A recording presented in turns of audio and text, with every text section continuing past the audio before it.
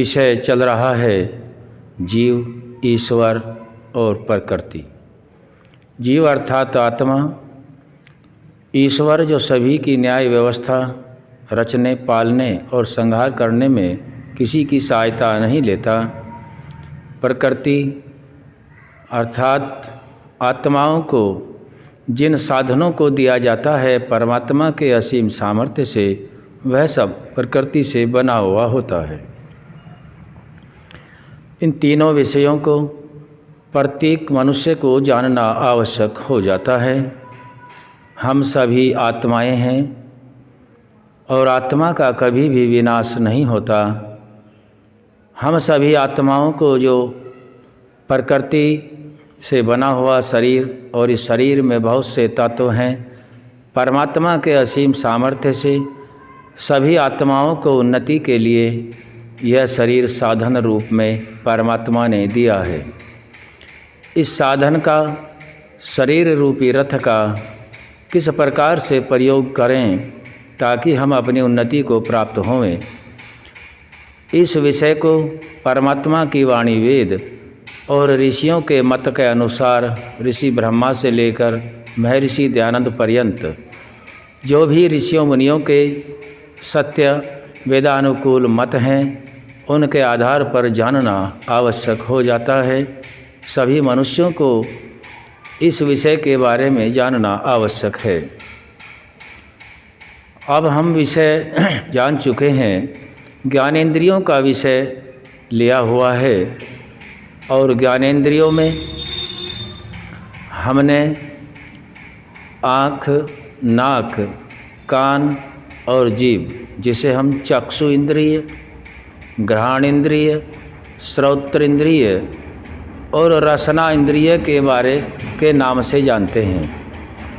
रसना इंद्रिय के विषय में हमने कुछ जाना है और आगे समझने का प्रयास करते हैं। रसना इंद्रिय जीभ में रहता है और इसी रसना इंद्रिय के जो साधन है, वह जो स्थूल रूप में जीभ है वह होता है।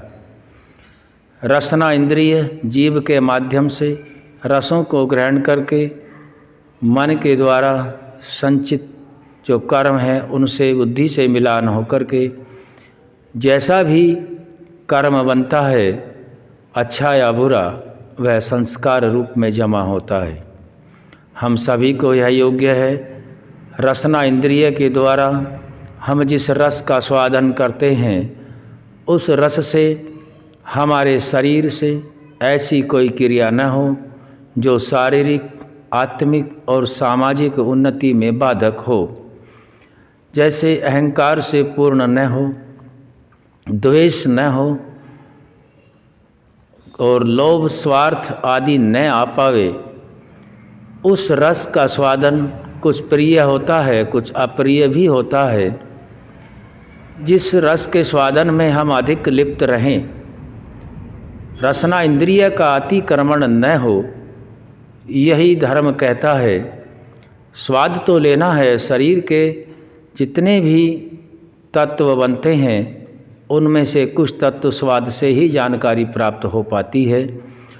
ऐसा नहीं है कि स्वाद तो अभी भोजन आदि का लिया है और अपने नित्य कर्मों में लगे रहते हैं और उसी स्वाद को के कारण से राग और द्वेष में फंसे रहते हैं।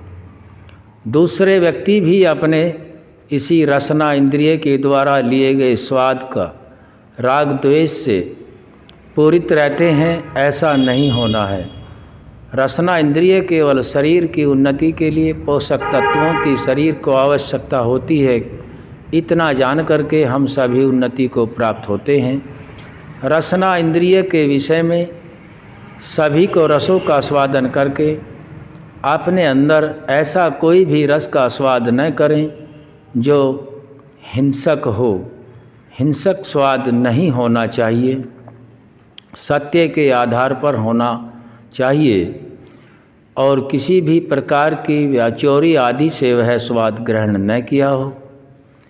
अपने ब्रह्मत्व के बल पर ही उसका स्वादन करें और किसी भी स्वाद का जो इंद्रिय के लिए हमने जाना है इंद्रिय के माध्यम से, उसका जमा करके रखना भी ठीक नहीं है।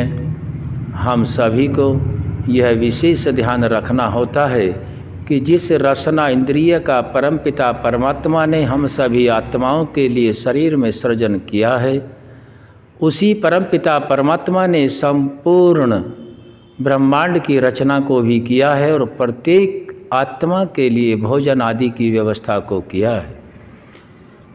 परमात्मा के प्रति श्रद्धा, समाज राष्ट्र परिवार की उन्नति को ध्यान में रखना, शारीरिक आत्मिक और सामाजिक उन्नति धर्मानुकूल करना और रसना के स्वाद के लिए किसी चीज वस्तु का भी जमा न रखना, यह धर्म के अनुकूल है। क्योंकि जिसने इतने साधनों को दिया है वह समय पर फिर भी देगा।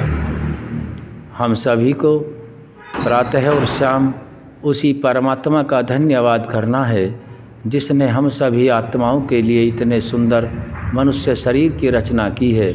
इस शरीर से हम उत्तम कार्यों को करते हुए अपने प्रयोजन को सिद्ध करें।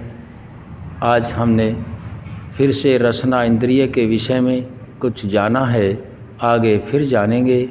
ओम शम।